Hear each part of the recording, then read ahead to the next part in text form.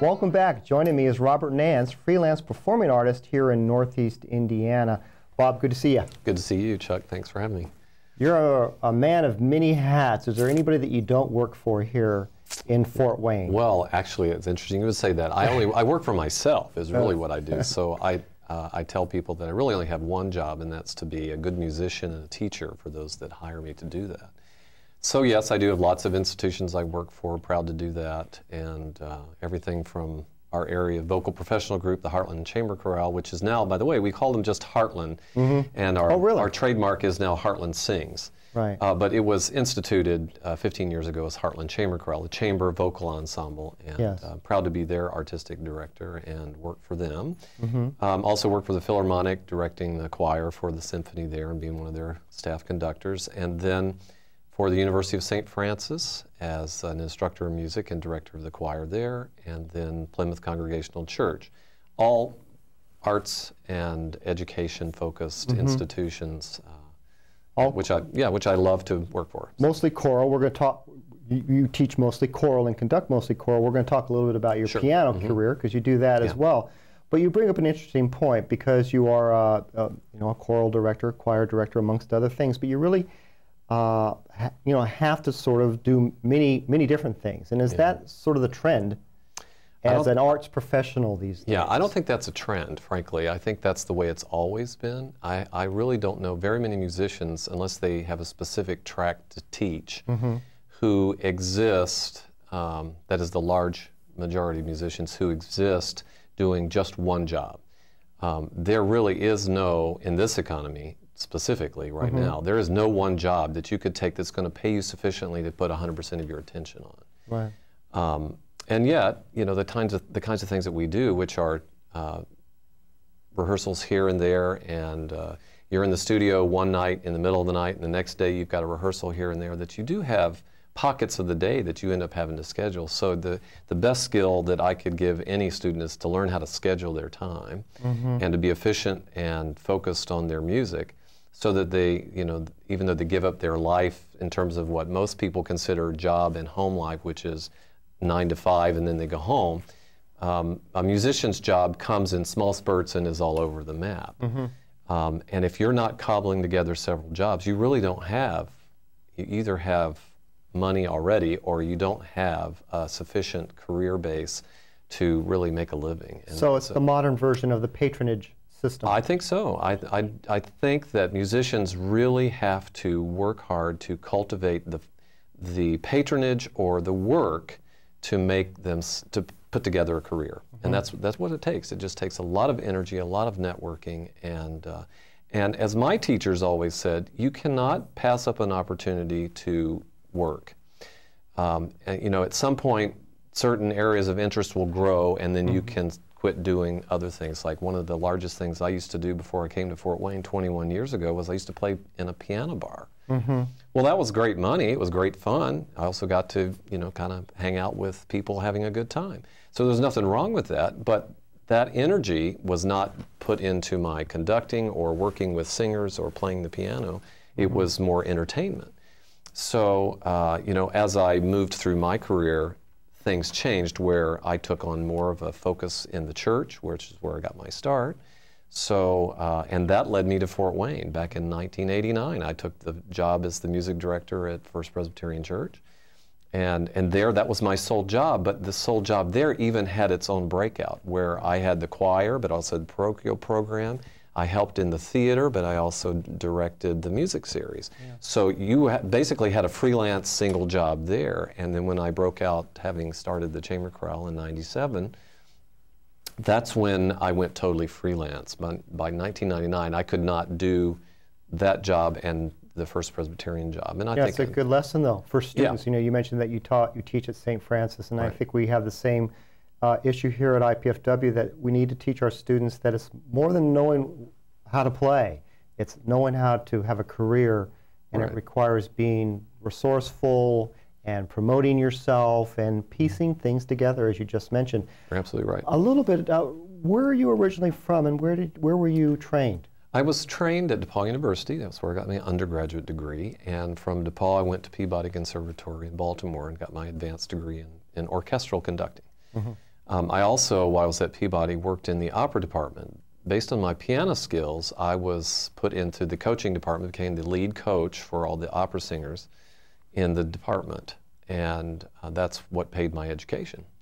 So even then I was being trained that this is how you formulate a career. You actually work. It was not just a scholarship without ties. I was actually working for that money to pay for my education. I became the lead pianist and coach for all the singers in the opera department. From there, I went, I just continued, like I said, playing in like for the Hyatt Regency in the lobby. You know, they're famous for their pianists in that. And I was doing fine there, and then I got wind of a job down near my hometown of Williamsburg, Virginia.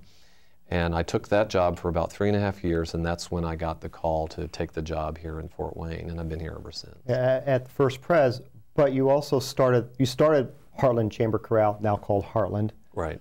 How did you come up with the idea?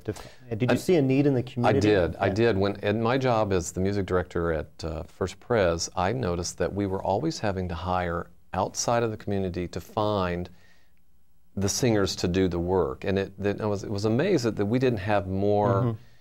At least in my limited view at the time, I just thought, well, where's all the talent? Who would we draw on in Fort Wayne? And I started to find those people, and so I had this idea, well, maybe I'll start my own group. Now, at the same time, there was a group in town called Opus 18, which was actually done a lot by the choir directors here at IPFW.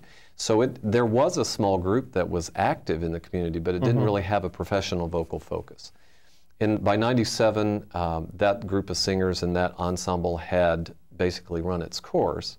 And I came on the scene and just simply adopted that and switched it up to start Heartland. So it made it very easy to do that. And at that point, we made it our goal to be the professional vocal ensemble. And it really is an outstanding group. We will have a chance to hear them fairly soon, December 11th. Right. You're performing at the First Wayne Street United Methodist. Correct. Church. And it's a winter solstice program. It's the type of program that I consider unique, or not the usual fare. I mean, you can go to different pops programs and find great fun and good music there, but this is going to be something a little bit different.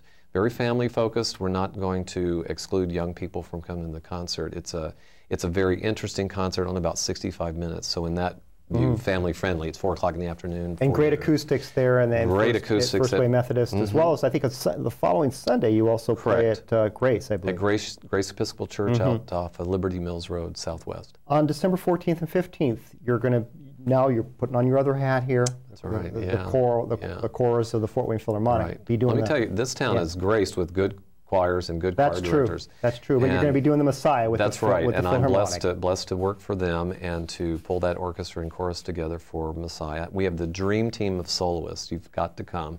You can always hop on the Philharmonic website and get tickets. $20. That's a steal. No. And for students, I think it's even less expensive. Oh yeah, perhaps. Exactly. Yes. And so definitely make that part. That's here at IPFW. On 7 o'clock on 14th and 15th. It's a tradition. It's a tradition here in Fort Wayne. Over at St. Francis, now kind of fast forwarding to February, you have a family concert, and that's going to be in February. We're excited about that. Heartland is, we're forever trying to train new audiences. That just makes good sense. And we wanted to do a concert that was strictly focused on young people that have young families. So we decided to partner with a puppeteer named Mr. Puppet, and we're right in the process at this moment of writing a script where we were going to do a concert that educates the children on what it's like to go to concerts, but they'll also have some interactive work with the puppeteer. So we're excited about that. You know, I forgot to mention that you're also going to be conducting the Boar's Head Festival here at First Plymouth, and that's in December 28th. We actually had them on the show a few weeks ago. Right. But I want to, just before we go, I want to have a chance to talk to you a little bit about some of the outreach activities that Heartland has been doing with the school system, particularly the high schools. Sure. Well, that really is a love of mine. I want to reach to young people and show them that it's possible to have a career in music, and especially in the vocal area, because that's a depressed marketplace.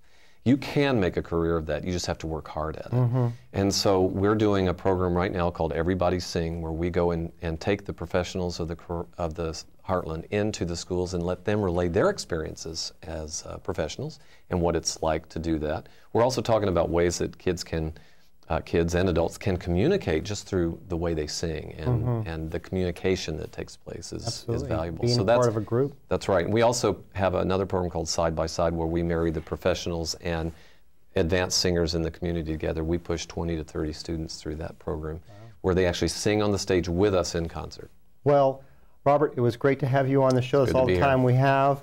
And I wish you a good holiday season with all your many, many endeavors. Yeah. Thank you very much.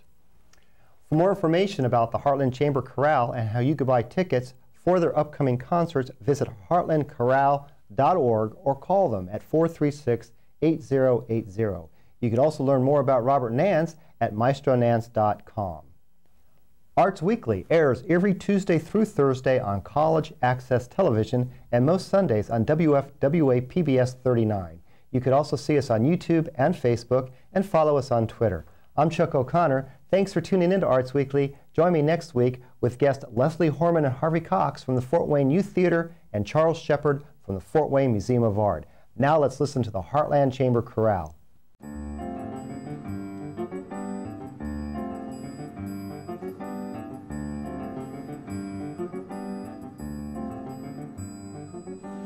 Blow thou winter white, thou art not so unkind as man's ingratitude.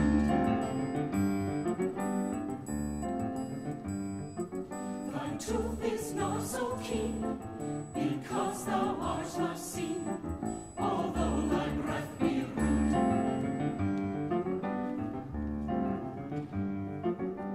Hi-ho, sing hi-ho, unto the green valley, whose fair ship is fading, most loving near folly.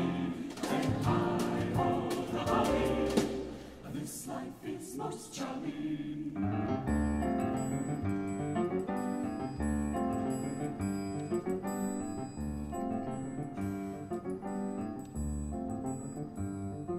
Freeze, freeze, thou bitter sky,